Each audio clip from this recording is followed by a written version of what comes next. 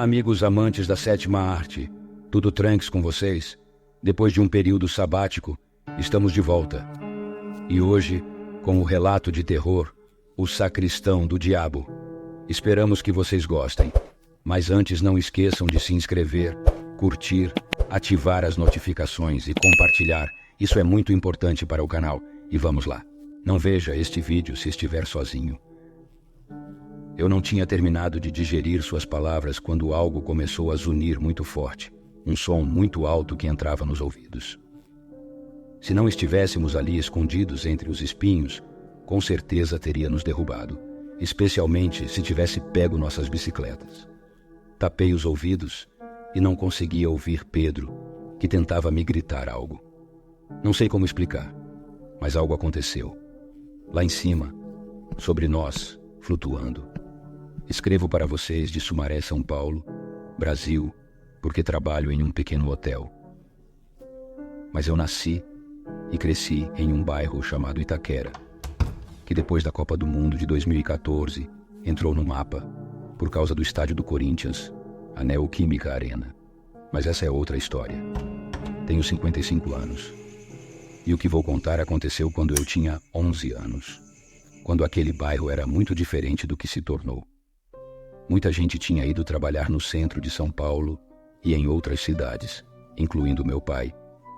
E era visível como isso estava ajudando a levantar o bairro com todo o dinheiro que mandavam de volta. A vida girava em torno da missa de domingo, ou quando o padre achava necessário dar orientação ao povo, inclusive sobre como investir seu dinheiro. Ao contrário do que se pode pensar, a igreja não pedia muito, embora tenham consertado as goteiras e o teto, que quase caía sobre nós em mais de uma ocasião. O sacristão era um senhor do bairro Penha de França, uma das poucas pessoas que não tinham nascido em Itaquera, a única, na verdade. Mas ele já servia ali há anos. Quando chegou parecia um vadio, mas quando o sacristão anterior morreu, ele se ofereceu imediatamente para ser o encarregado da limpeza e manutenção da igreja e de preparar o necessário para as celebrações. Eu sempre o odiei, juro que o odiava, embora não soubesse por quê. O novo sacristão era muito bom no trabalho, a igreja estava mais bonita do que nunca, e as celebrações se tornavam cada vez maiores, reunindo todo o povo, literalmente todos, e não passávamos de 1000 pessoas. Mas ele era tão apaixonado, e falava com tanta devoção das celebrações e com tanto zelo do que preparava que as pessoas não podiam dizer não. O bairro parava sempre que havia algo importante na igreja, especialmente as festas da Nossa Senhora, que sempre foram as mais importantes. Agora, com o empenho do novo sacristão, todos se envolviam. Por exemplo, ele organizava a procissão para os bairros vizinhos, e a participação era tanta que ninguém ficava para cuidar do nosso bairro. No entanto, o sacristão se oferecia para ficar. Todos recusavam no início, pois era seu esforço que organizava tudo, e o próprio padre dizia que ele deveria ir à frente, ao lado da Nossa Senhora. Mas ele insistia. Dizia que a Virgem era a protetora do vilarejo e que, como ele não havia nascido ali, cabia a ele ficar. As pessoas admiravam sua humildade, mas eu o odiava tanto que sugeri aos meus amigos que pegássemos nossas bicicletas, fingíssemos seguir a procissão e antes de chegar ao primeiro bairro, voltássemos para aproveitar o lugar vazio. Convenci Marcos, Pierre e Miriam, a única menina que andava conosco de bicicleta, embora fosse um ano. Não tínhamos só o gosto de andar de bicicleta em comum. Todos nossos pais tinham ido para o outro lado. No dia da procissão, tiraram o vestido e o manto normal da Nossa Senhora de tamanho real e a vestiram com um traje que haviam mandado fazer com o dinheiro que o sacristão reuniu. Nós já estávamos preparados e nem saímos antes para não levantar suspeitas. Quando a procissão começou à tarde, saímos como se nada estivesse acontecendo. Às vezes íamos à frente, às vezes ficávamos atrás com a patrulha e um caminhão cuidando dos idosos que iam mais devagar. Quando chegamos ao vilarejo mais próximo, ainda menor que o nosso, ouvimos a recepção e, na confusão, Tomamos um caminho escondido ao lado da estrada para que ninguém nos visse. Pedalamos com força até chegar ao nosso bairro, que estava deserto. Nem os cachorros ficaram. Começamos a dar voltas por todos os lados, atravessando zonas que nos davam medo. Andamos pelo vilarejo até cansar. Então entramos na loja do Carlos para roubar refrigerantes e discutimos se deveríamos ficar ali ou alcançar a procissão mais tarde. Eu não queria, mas todos tinham medo de ficar sozinhos e de sermos repreendidos. Eu sabia que a repreensão era inevitável. Foi então que ouvimos um som vindo de dentro do vilarejo, música saindo das grandes caixas de som da igreja. Mas não havia ninguém ali, apenas o sacristão, que nunca permitiria que usassem as caixas de som. Talvez alguém mais tivesse tido a mesma ideia de se esconder. Embora odiasse o sacristão, sentíamos que era nossa obrigação ver o que estava acontecendo. Afinal, eu respeitava a igreja, mesmo tendo abandonado a procissão. Fomos até a igreja rapidamente e paramos antes de chegar, para não sermos vistos. As portas estavam abertas, a música saía de dentro e havia um brilho de luzes vermelhas. A música era religiosa, mas nada que conhecêssemos. Miriam queria ir ver. Pierre sugeriu buscar ajuda. Ouvimos risadas vindas da igreja, de uma mulher e depois de um homem, parecendo brincar. Uma jovem saiu da igreja e um homem nu a seguiu, tentando agarrá-la. Ela não parava de rir e estava vestida com o manto da nossa Virgem. Ela xingou, talvez de susto ou raiva, mas a dupla parou, percebendo nossa presença.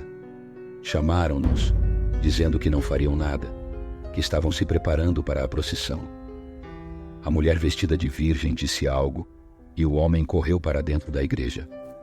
Ela continuou andando em nossa direção, dizendo que não faria nada, que era uma virgem escolhida e nos encontraria se tentássemos fugir. Suas palavras soaram como uma ameaça real, algo prestes a acontecer. Precisávamos agir rápido. Pedro e eu decidimos atrair a atenção da mulher para a igreja, dando tempo para Idé escapar pela estrada e buscar ajuda. Tomamos as bicicletas e pedalamos em direção à mulher, quase caindo, mas conseguimos avançar. Da igreja saiu o homem e o sacristão, ambos sujos de sangue. Ele nos chamava, mas não paramos, pedalando o mais rápido possível. Sentimos um alívio quando deixamos de vê-los, mas continuamos pedalando até a estrada. A bicicleta de Pierre começou a perder velocidade, e ele gritou que alguém se aproximava. Não parei de pedalar até chegar à estrada, subindo uma pequena colina e finalmente descansando. Do alto, vi o bairro deserto, a igreja ao longe sem luz. Ouvi um grito distante. Escondi minha bicicleta e me agachei entre os arbustos. Vi Pierre passar com algo atrás dele, sumindo na escuridão. Ouvimos um zumbido, mas sem ver nada. Corri de volta ao vilarejo e me escondi entre os espinhos, sentindo um peso no peito como o magnetismo de ímãs. Algo flutuava sobre nós, afastando-se em direção à estrada. Perguntei a Pierre o que era, e ele disse que saiu da igreja com o sacristão. Perguntei pela bicicleta dele, que ficou para trás. Decidimos esperar por um caminhão para nos dar carona, mas isso era raro naquela hora. Quando um caminhão parou para desviar da bicicleta, corremos e nos penduramos na traseira. Rodeamos o bairro, vendo a igreja apagada. Ouvi um zumbido distante, mas sem a pressão no peito. Ao chegar ao vale, saltamos e corremos pelo caminho que conhecíamos bem, ouvindo alguém chorar entre as árvores. Encontramos Miriam machucada, com um hematoma no rosto. Disse que algo a levantou, a jogou no chão. Um homem negro com o manto da Virgem a atacou, mas conseguiu escapar. Pedimos ajuda e a levaram ao médico. A igreja estava vazia e cheirava a sangue. Não encontraram o sacristão ou sinais de outros. Acreditaram que foi um roubo e rezaram pelo sacristão. Procuraram por Marcos, mas não encontraram nem sua bicicleta. Sua mãe disse que ele foi para o outro lado com o pai. Dias depois, ela deixou o bairro, abandonando até os cachorros. Eu e Pierre cuidamos dos cachorros para lembrar de Marcos. A história virou uma lenda. Ninguém falava mais sobre isso. Aos 15 anos, fui para o outro lado com minha mãe. Pierre e Miriam se despediram de mim na estação de ônibus, prometendo lembrar daquela noite.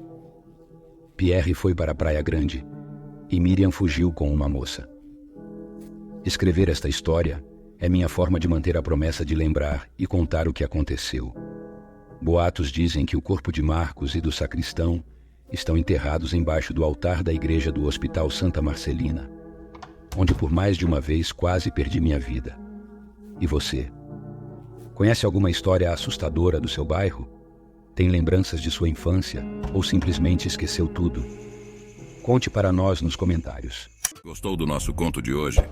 Então comente, compartilhe, curta, inscreva-se e ative as notificações. Quer colaborar conosco? Envie sua história e a produziremos no canal. O próximo conto pode ser o seu.